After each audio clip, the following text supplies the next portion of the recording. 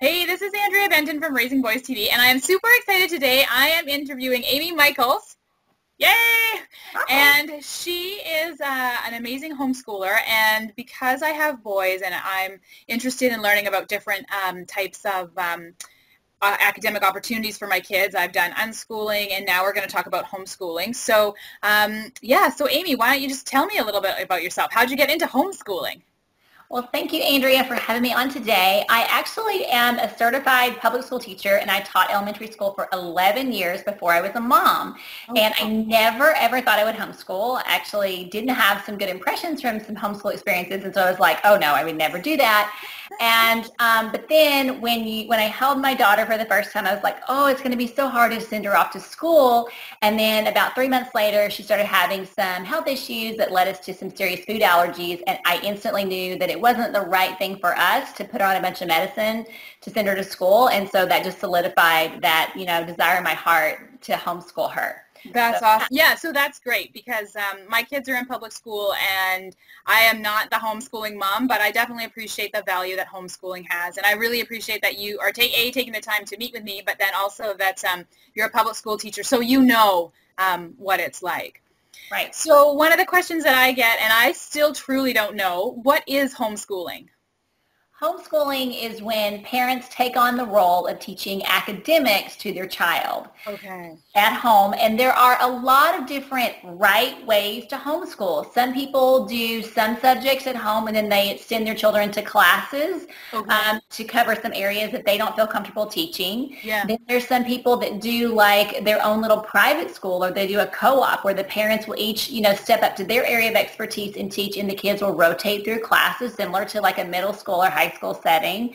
And within the homeschooling academics at home, there is a wide, overwhelming really range of different options.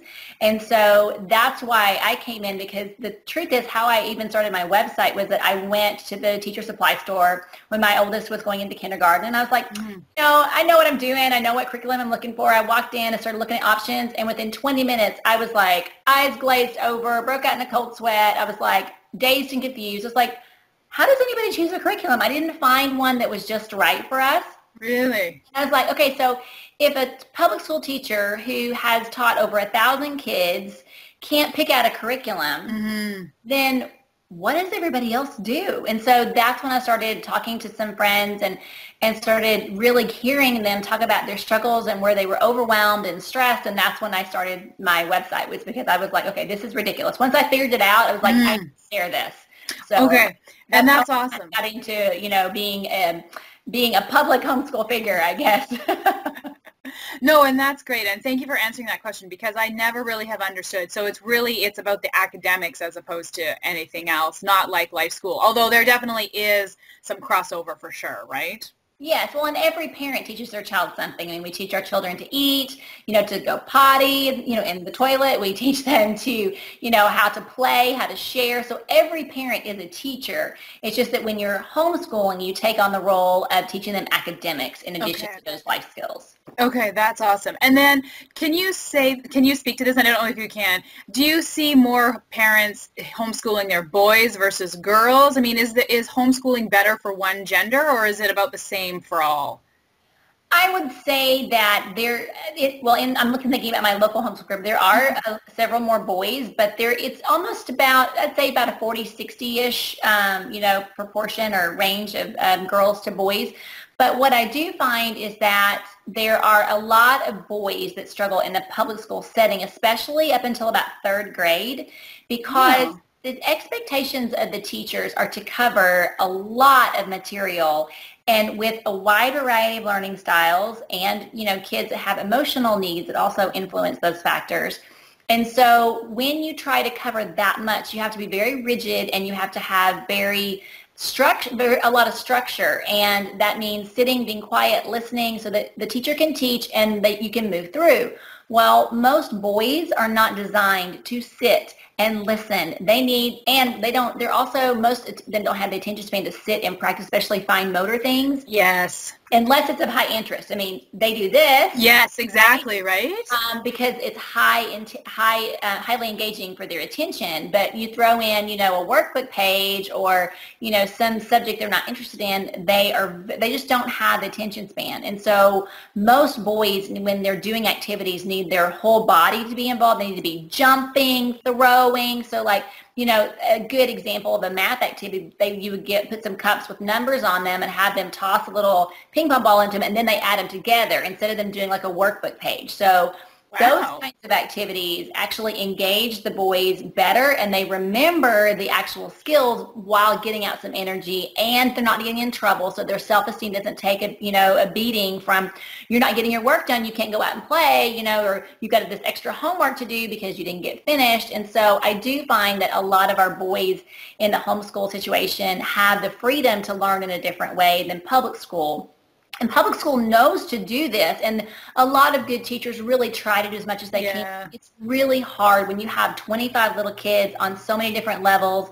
I mean, you just do the best you can as a public school teacher, and God bless them. I mean, they really do have their hands full. No, totally. And it's interesting you say that, because my son, so he's in grade 3 this year, and it's interesting because he really focuses and he really gives it his all, and he's doing the best he possibly can, but the result is at home he has meltdowns.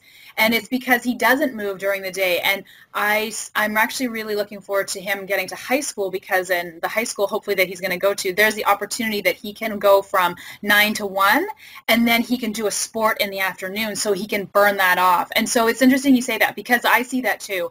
And his teachers have been really good. They give, because it's a very boy-heavy school, they give like little secret recesses and stuff, but they should be doing way more of it. But as you say, the curriculum is very rigid, and it doesn't matter where you live, you have to cover some stuff. Right. I mean, our country, the whole world knows that our country is behind performing academically than any other, than other countries that we should be able to keep up with. And so there is pressure, coming from, all of the government heads that we service our children in a better way. And so, and that requires a lot of focus and attention. And so the other thing that you mentioned was anxiety. It's really common for, especially, and it's not always, but firstborns especially tend to have more anxiety because they really are aware of the performance that adults have, and they want to please their parents and keep up with that. And the best way to dispel anxiety is to be physical. So like, at home, I'll have my kids go jump on the mini trampoline to the count of 100, or, we'll go up and down the stairs. Just, I'll have them go up and down the stairs just for an excuse to go up and down the stairs. Just, would you take this downstairs, or, and they don't even know that they're burning off energy, but I am making the conscious effort of let's get, some anxiety out of our systems, and let's, refocus. And so you know what? And that's actually a really good tip too, because what I notice is, and just because I have 2 boys, it does amp up. And yes, I do take breaks. So it's like, okay, let's go outside, because you can just tell. Yes. Absolutely. Yeah, that's awesome. So if I wanted to start homeschooling, how would I do it?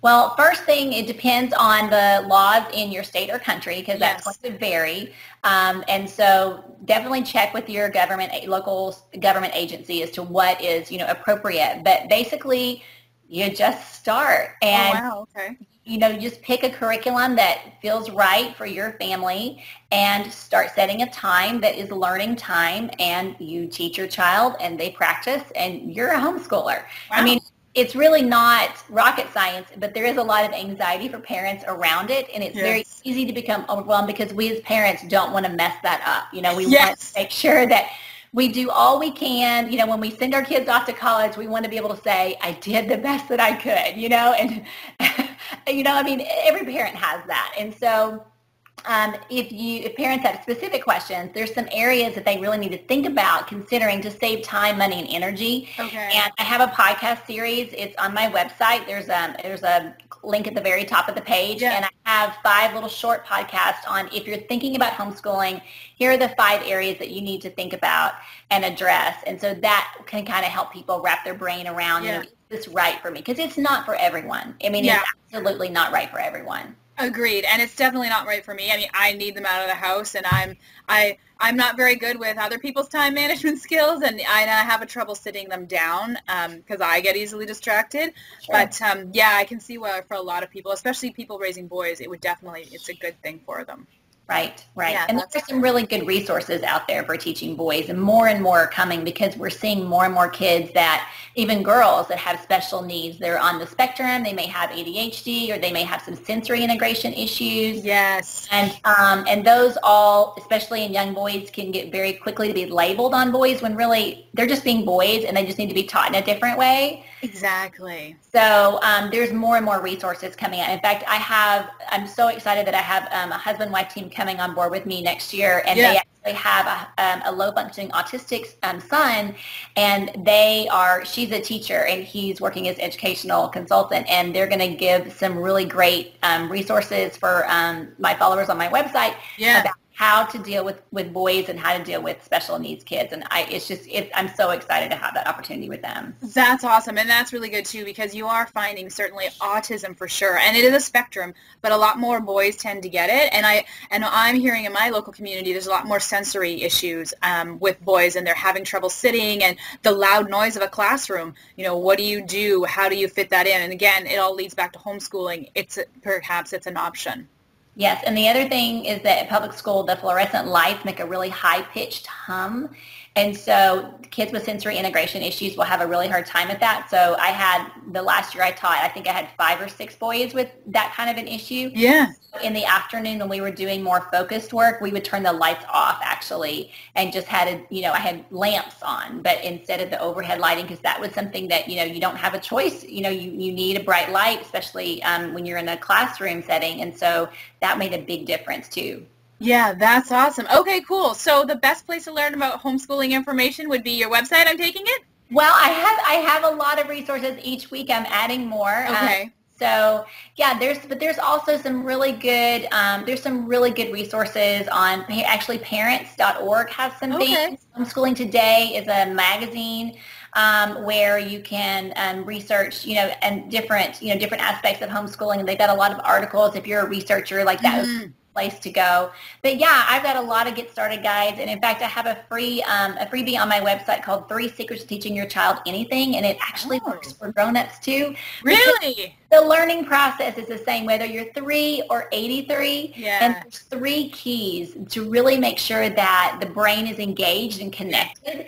And so yeah, that's a freebie on my website that you can sign up to receive. It'll just come by email, one each day. And I encourage all parents to sign up for that, because every parent teaches their child. You're going to be probably helping with homework at some point as well. But even if you're teaching your child, how to be patient, or how to resolve a problem with a friend, then these 3 secrets still work. They still work. Okay, that's awesome. Well, thank you very much today. I learned a ton, and I learned a ton about homeschooling, and just how I will definitely check out your website, because I need to teach myself some things for sure. So thank you very much for doing this, Amy. I'm Andrea Benton from Raisingboys.tv, and I would love it if you subscribe to my YouTube channel. Bye!